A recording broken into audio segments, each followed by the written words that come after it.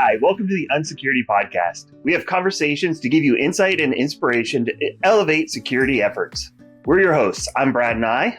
And I'm Megan Larkins. On this podcast, we feature experienced InfoSec peers as we dissect major issues within the industry. Here's Unsecurity.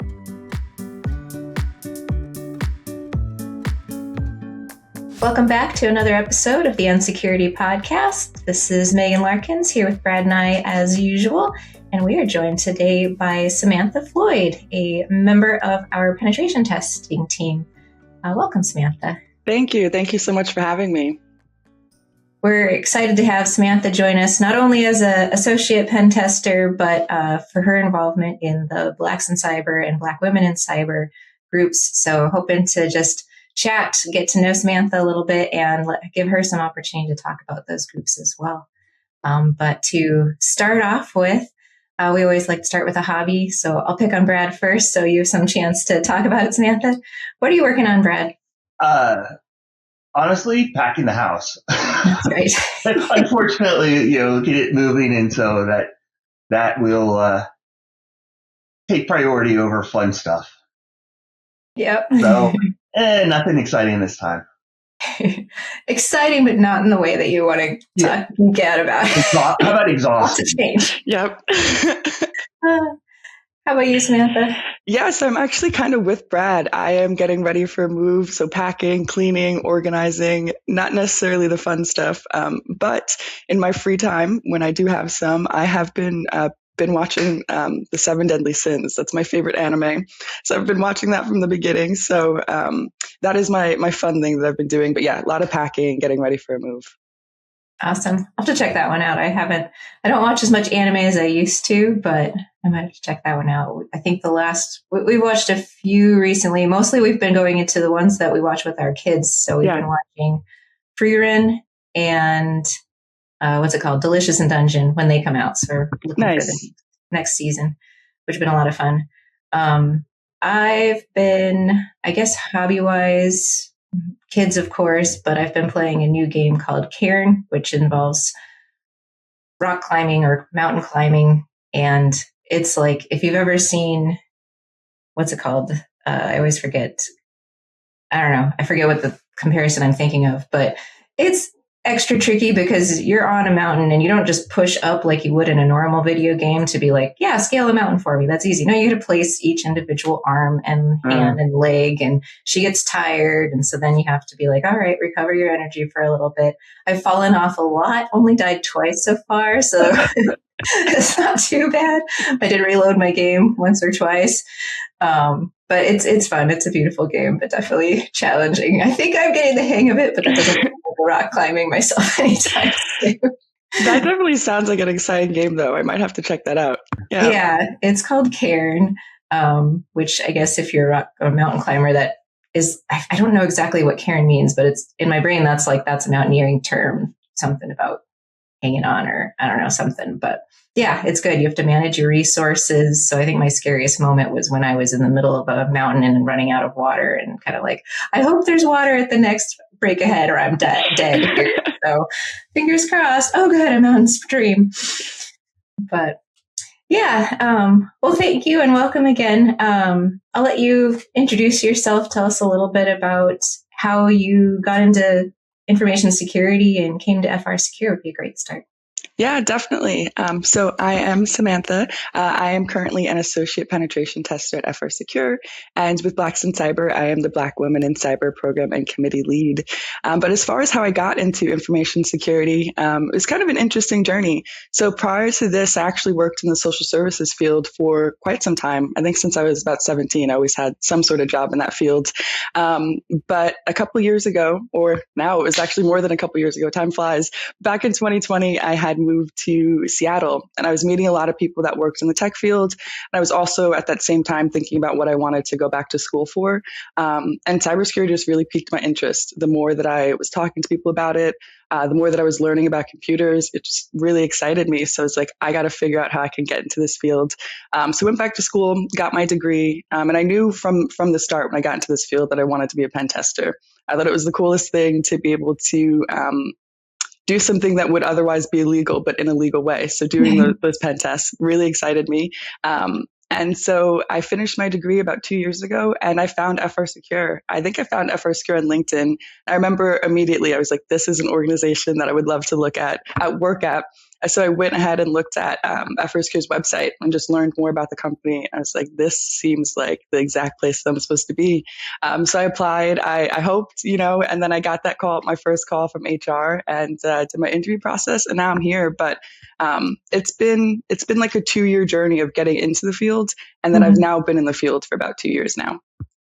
That's awesome. That's so exciting just to hear that you kind of got that spark and then just pursued, and it all lined up and came together. So that's awesome. Yeah, thank you. I was very determined. Once I knew that I wanted to be in this field, I was like, I'm going to be a pen tester. Nothing is going to stop me, and here I am. Awesome. So yeah, you you hit on it. The doing something illegal but legally there's a certain, I don't do IR anymore, but I still work with the IR team and at DEF CON on the capture the flags. There is such a rush when you get something, right? Like a flag or you find a vote. Like there's I totally agree. I get it. Yeah, that feeling. It's hard to put into words, but it is so exciting. Yeah. I took a small class on, I think it was just kind of some introductory, I guess you would just call it hacker skills or something. And I don't know, it got like, for me, I was kind of like, oh, that's really cool. But also I don't have an avenue to do that safely. So I'm too scared to mess with anything. So I kind of was like, well, I'm good to know that, but I'm going to stay over here. Yeah. The thing is, Evan puts it really well, and the term hacker is misconstrued a lot of times, and negatively, and it's just using things or making things do things they're not supposed to do, or in a way they're not supposed to do it, right? It's not breaking. I mean, yes, technically you could, but that's not the point. The point is to make something do something it wasn't intended to do. Mm-hmm. Well, while we're on that subject, do you have any kind of favorite finds or whatnot that you've kind of discovered as you're getting into this journey of pen testing? Yeah, so recently I've been starting to work on web application pen tests, and I think my favorite type of vulnerabilities are broken access control ones. I think I get really excited about those. They're fun to find because that's something that, a scanner, an automated scanner isn't really going to find. That's something that you have to go look for yourself. So those ones definitely excite me. I'm actually working on a ROC for broken access controls, working on our testing methodology. So any findings relating to that definitely really excite me. Yeah, I'd say anything broken access control related. Yeah. I say this with all the respect in the world. Nerd. Thank you. I take it as a compliment. I mean that with all due respect. Thank you. Yeah. It's funny when we throw that word around internally. It's like, yeah, thank you. Yeah. That is right. Yeah, I don't know. People think that is like not a good term or not something that's good to be called, but call me a nerd. I am a nerd. I love it. I fully embrace it. So so it is a term of a compliment, I guess. Yeah. When geeking out about something is positive. Yes. Like, that's exactly what I did. And I loved it every minute. Well, awesome. Do you want to tell us a little bit about your journey with Blacks in Cyber then, and how you became the committee lead? Definitely. Yeah. So this was a very exciting journey. So this actually, so basically I honestly didn't know about Blacks in Cyber until my first DEF CON 2 years ago. So that was back in 2024, first ever DEF CON and really first cybersecurity conference that I've ever attended. So I didn't really know what to expect. I remember I got there to DEF CON. I just walked in the doors. There's tons of people around. And it was honestly an overwhelming experience. Just, being in Vegas, being in a new place, a new environment, so many people that I didn't know. So as I was walking around the conference floor, it's getting a little more and more excited, but also anxious, just, being in that space. And so I actually came across the Blacks in Cyber Village. I was like, oh, I've never heard of this before. Let me go in and check it out. And I walked into that village and I was like, okay, this is exactly where I'm supposed to be. I felt like comfortable. It was nice just seeing so many people that looked like me, and everyone was so welcoming and friendly. So it's like, I need to figure out how to get involved with this organization. And so, like I said, I do come from that social work background. So doing nonprofit work really is what excites me more than anything else.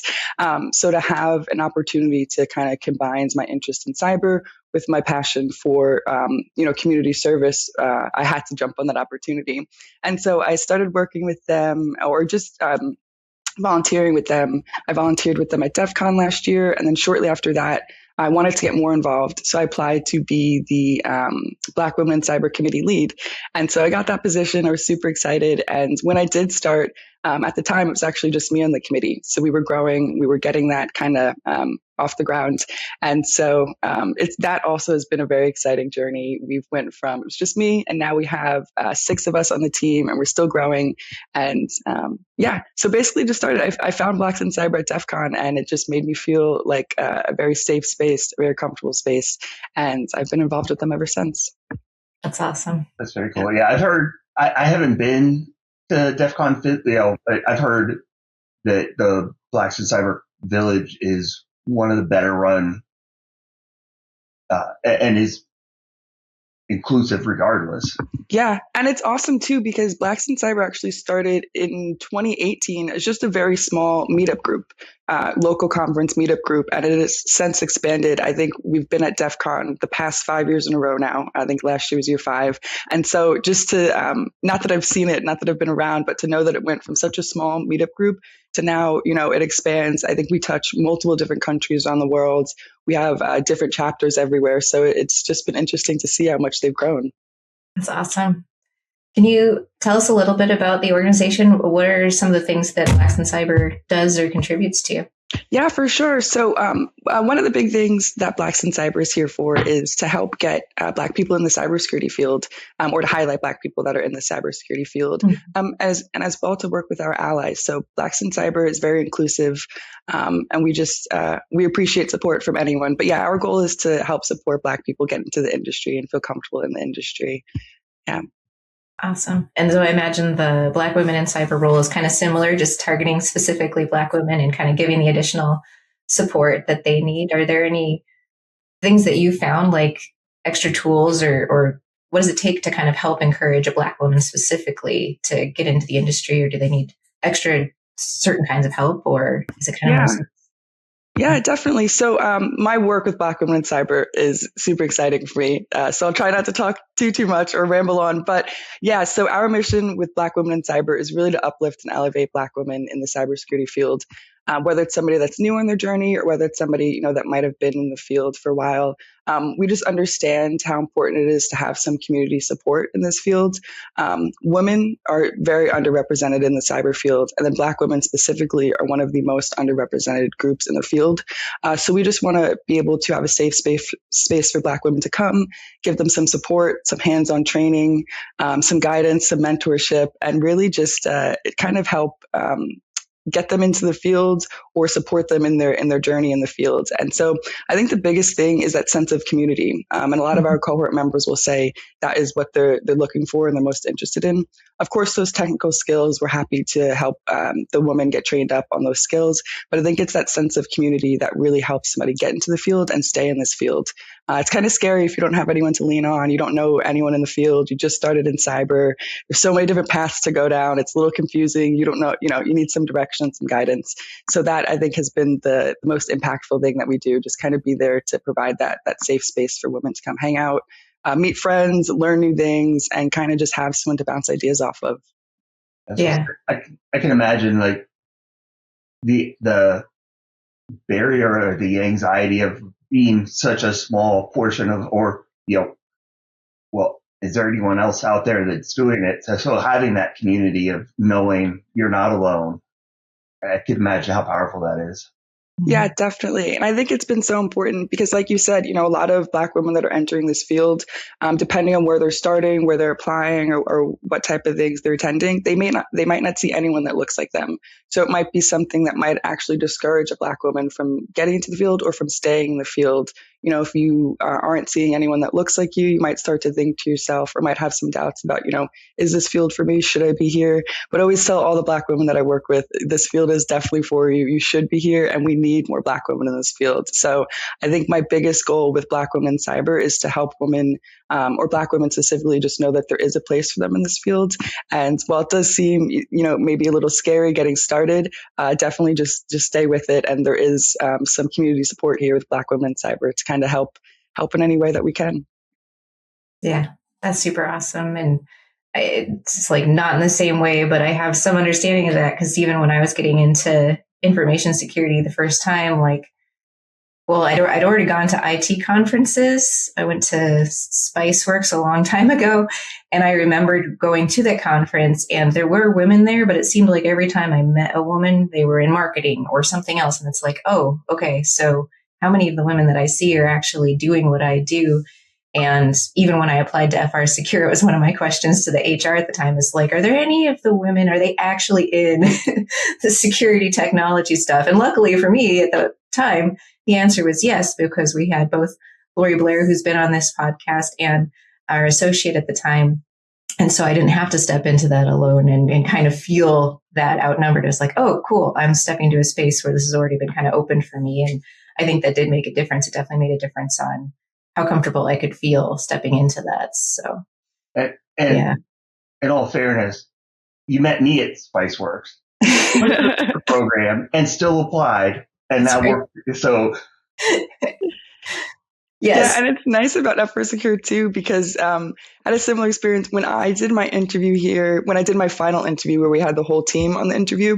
Most of the team, or pretty much everyone, had their cameras off. So I just assumed that everyone was probably a man. I just, it's a male dominated field. But I remember Jess Kuhlman, she she turned her camera on during my interview. She was talking and asking me some questions. I was like, whoa, wait, there's a woman on the team. I wonder if there's more women on the team. And then I started, and there were a few more women on the team. So it was really awesome to see, even in that interview. I was like, wait, there's a woman right here who's talking to me.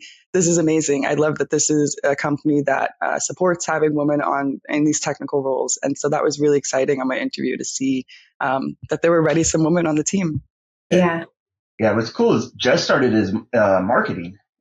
She was in marketing at FRSecure and then moved to the technical role. And that's super cool. Brushed it too. Yeah. Well, I think we've seen, since I've been in a position of doing interviews, I've heard from at least a couple of the women that have applied and joined our team too, them call that out and be like, oh, this is so cool to be interviewed by a woman and have that. And so maybe even just kind of a shout out to organizations in general. It's like, you just got to break that barrier. And even if they're not a person of management or normally part of that hiring process, if you can bring those female coworkers in that are doing work that's similar and technical in nature, and show individuals that you're looking to bring into your team, that there's a little bit of camaraderie and there is more female support there, then that's probably going to go a long way. So it's like, you just got to get past that barrier of having an all male team and bring in some of that femininity. I mean, the reality is, as a man, women look at things differently than we do. I've had so many, like Megan, you or Victoria, or there's so many examples that I could give of you guys have come with a solution that I would have never thought of, just because you have a different viewpoint and different experience. That can be so powerful and so beneficial overall to everyone.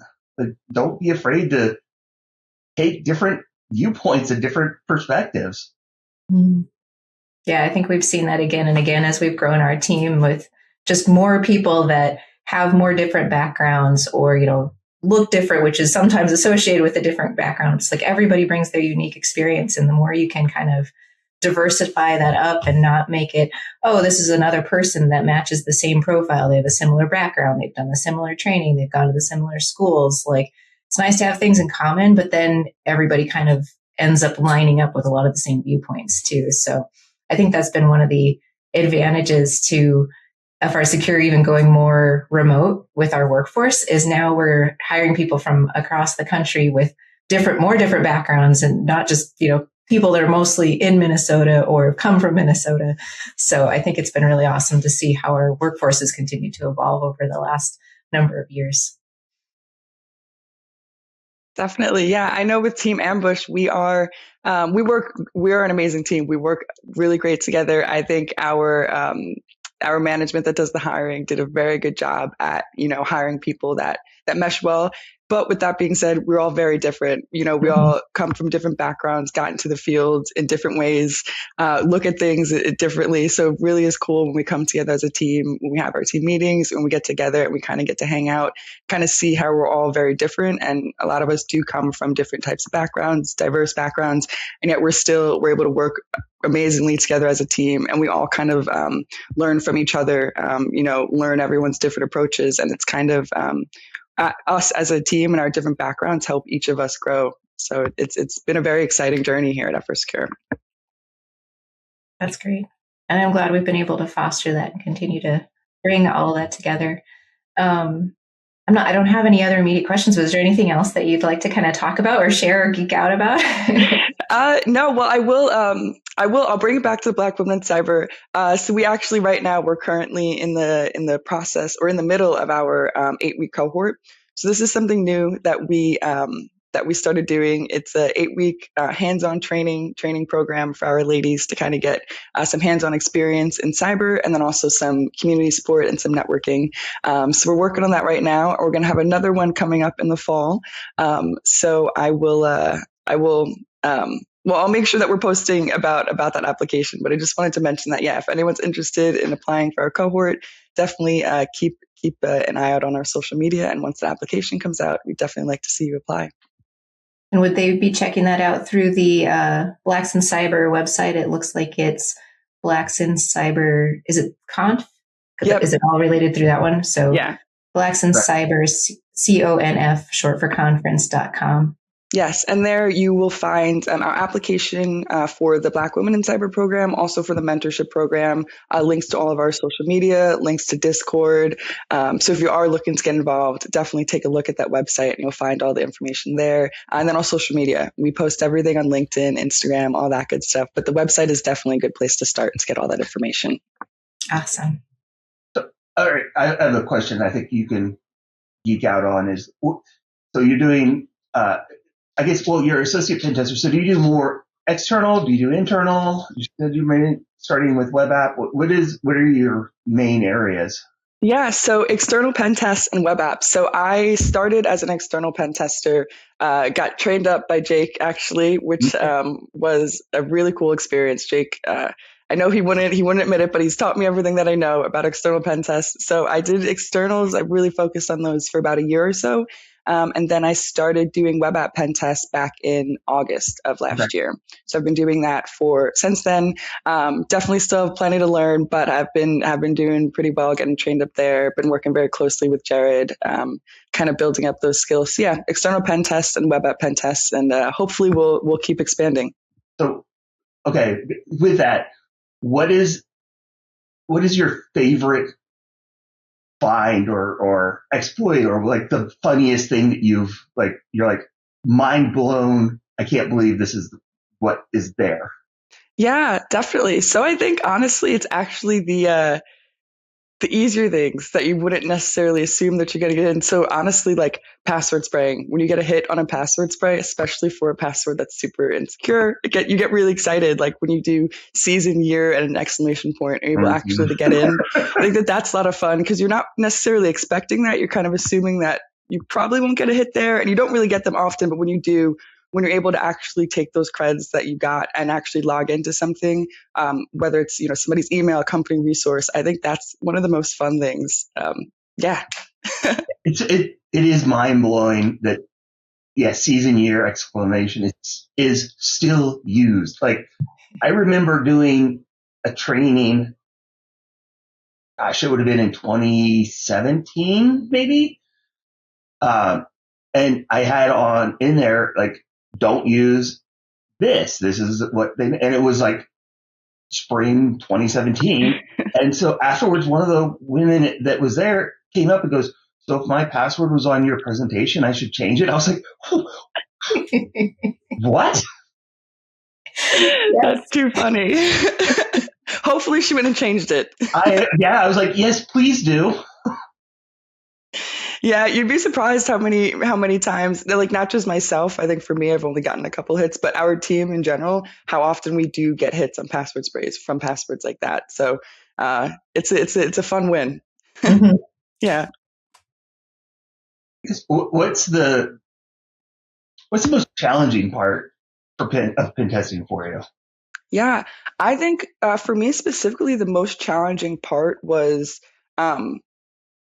I think it's the imposter syndrome, to be completely honest. Mm-hmm. And I know a lot of us in this field, probably everyone in this field feels that in some way. But I think it is that imposter syndrome, especially, on Team Ambush. I work with so many very, very smart people that I admire and I look up to. So just seeing everyone's skill set and just feeling like I have so much to do to get there, I think is something that is the hardest part for me. It's just kind of overcoming that imposter syndrome. Cybersecurity, it's always continuous learning. In 20 years, I'll still be learning. So I think just reminding myself that, there's always room to learn and to grow. But yeah, it's that imposter syndrome. I don't know. I feel like it gets a lot of us. Yeah. I mean, I struggle with it at times. And so, yeah, that's very valid.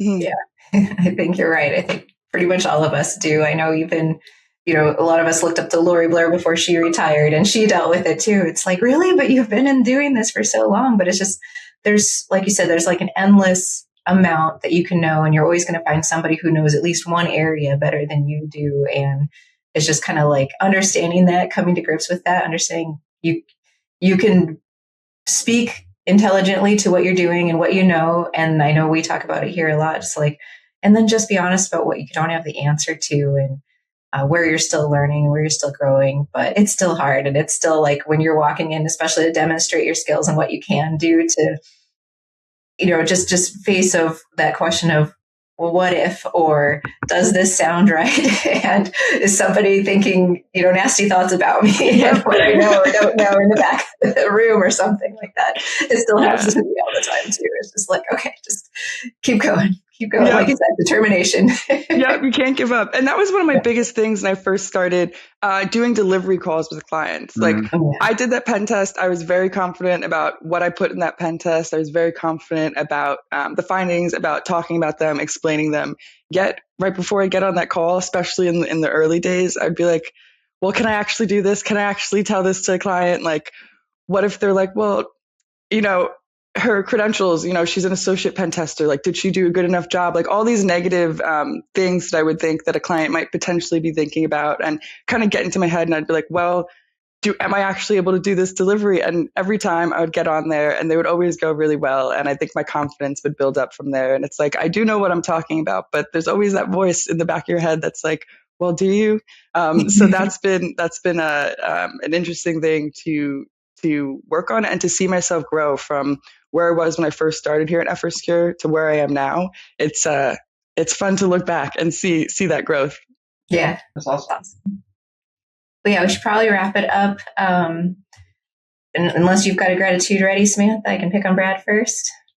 Yeah, I'll actually go ahead. I was thinking about this one. I just wanted to say I'm very grateful for the women that I work with on the Black Women in Cyber Committee. The women have really been putting in so much hard work to get this cohort off the ground. It's the first cohort that we've ever done. It is going absolutely amazing, and it wouldn't be without the women that I work with. So just wanted to give them a shout out and let them know that I'm extremely grateful for everything that they do for the committee.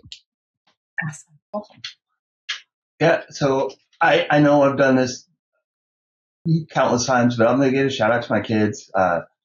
They've been way more helpful and engaged with cleaning and preparing and figuring out what to donate than I was expecting. So it's been a huge benefit. So shout out to my kids.